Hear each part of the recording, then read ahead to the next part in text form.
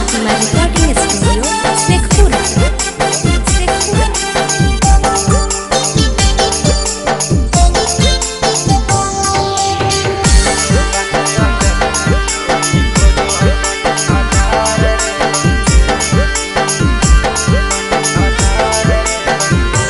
बंदे छोटिया छौरी घूमो है बाजार रे बंदे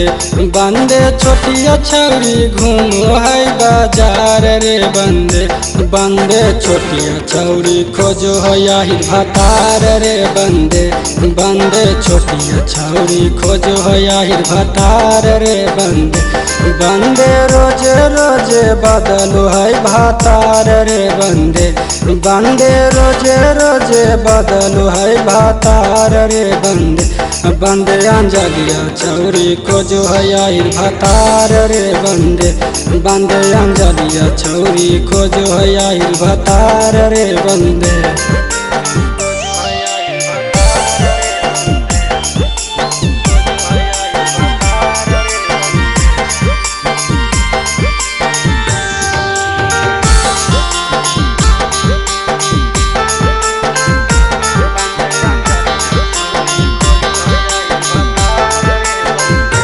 बंदे अंजलिया छौरी घूमो याहिर टोला रे बंदे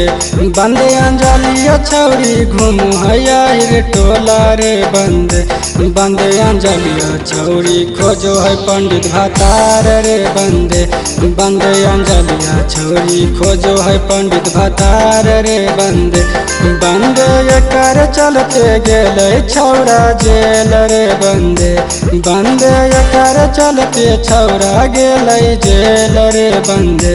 बंदे अंजलिया छौरी खोजो है याहिर भतार रे बंदे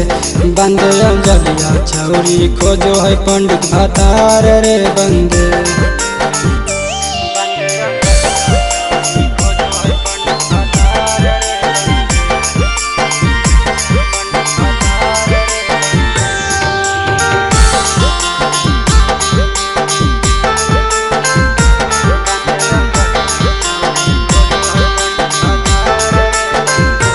बंदे खोजो हा कैया रामी भतार रे बंदे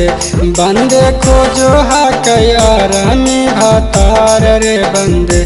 बंदे खोजो है बरजसवा जैसन भतार रे बंदे